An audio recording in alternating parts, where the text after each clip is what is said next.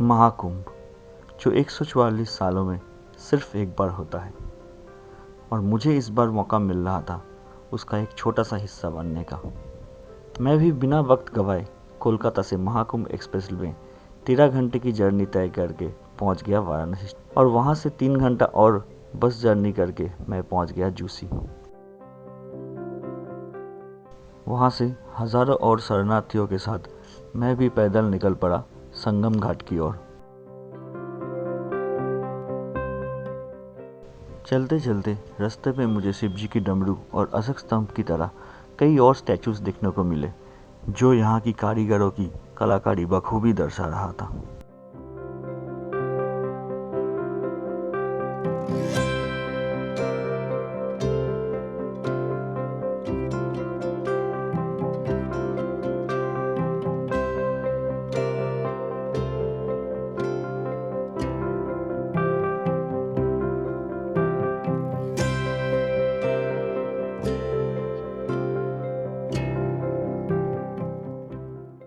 एक से 1.5 घंटा ऐसे चलने के बाद मैं आ पहुंचा महाकुंभ मेला के प्रवेश द्वार में।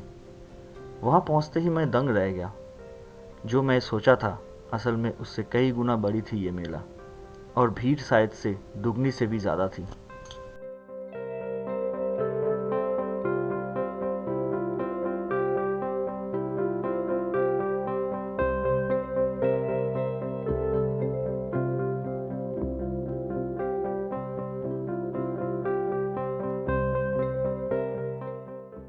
गंगा किनारे से चलते हुए मुझे दूर से ही सुनाई दे रही थी कीर्तन की आवाज़। जैसे ही मैं उसके थोड़े पास पहुंचा, मेरे कदम जैसे रुक सा गया।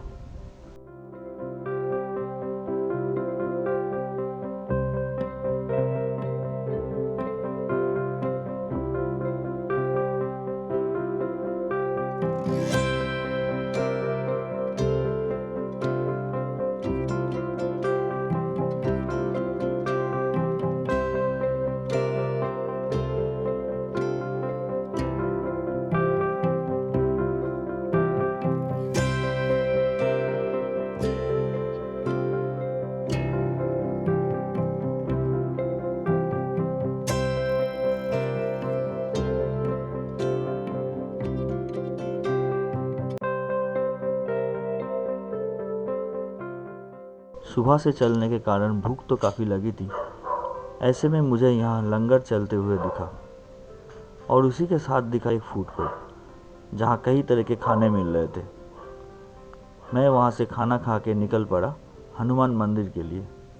पर वहाँ पहुँचने पे मुझे मंदिर तो बंद मिला, पर मैंने गूगल से ये फ़ोटो लिया है आप लोगों को दिखाने के लिए कि उस मंदिर का हनुमान जी कैसे दिखते हैं।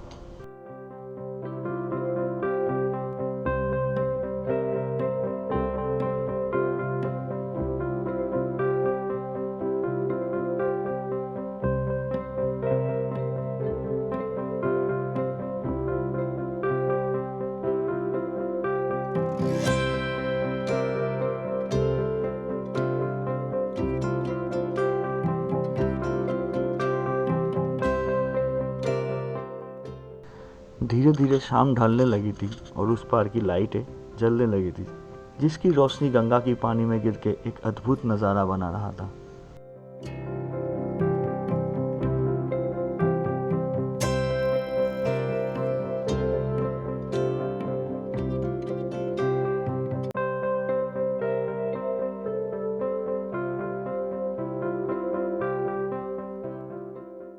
मैं पहुंचा अरेल घाट और फिर एक बार विलीन हो गया गंगा आरती में।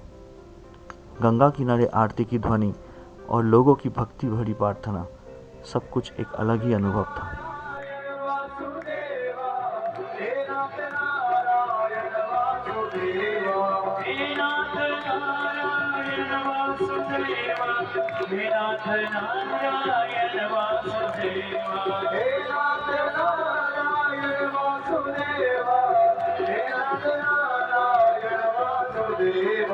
श्री कृष्ण गोविंद हरे मुरारे, हे नाथ नारायण वासुदेव। श्री कृष्ण गोविंद हरे मुरारे, हे नाथ नारायण वासुदेव। प्रेमी जन देख देख होते हैं प्रसन्न जिसे प्रेम परिपूर्ण दस पृथ्वी में पवन में करती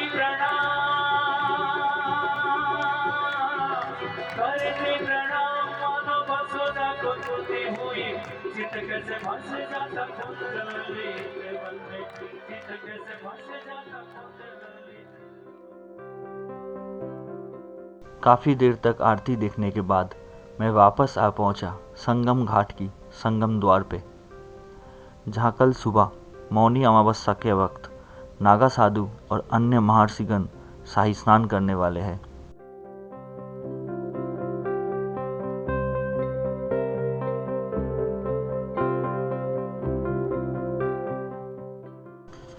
उनके लिए सारी तैयारी अलग से की गई है।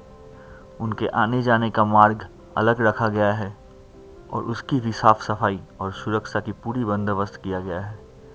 Fire brigade, ambulance, police, military, यहाँ तक कि माउंटेन पुलिस भी तैनात किया जा रहा है।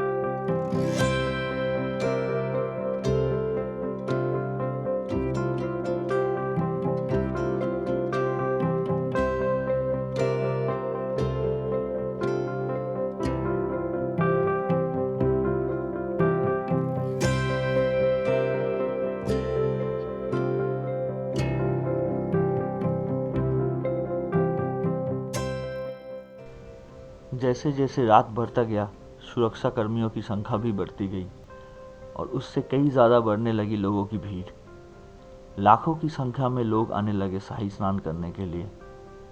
मैं अपने लिए थोड़ा सा जगह बना के बैठ गया था, पर वो खुशी ज़्यादा देर तक नहीं रही।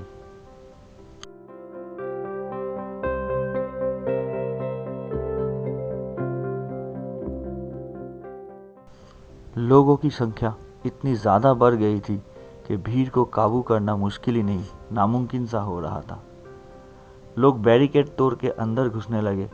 चारों तरफ अफरा तफरी मची हुई थी, जिसके चलते संत और साधुओं का शाही स्नान रद्द कर दिया गया।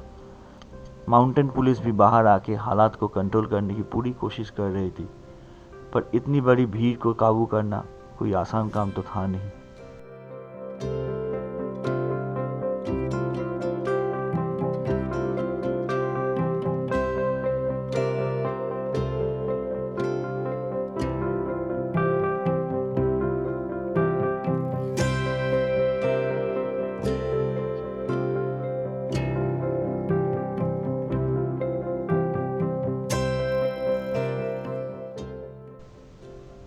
थोड़ी ही देर में हालत इतनी ज़्यादा ख़राब हो गई थी कि मैं वहाँ पे और रहना सही नहीं समझा।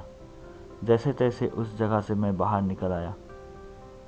शाही स्नान देखना इस बार तो मुझे नसीब नहीं हुआ। उम्मीद करता हूँ फिर कभी मुझे ऐसा मौका मिलेगा, और उसके साथ ये भी उम्मीद करता हूँ कि उस दिन वहाँ पे जो हादसा हुआ उसमें जो भी अपने परिवार से अलग हो गए वो जल्द से जल्द अपने घर वालों के पास लौट पाए।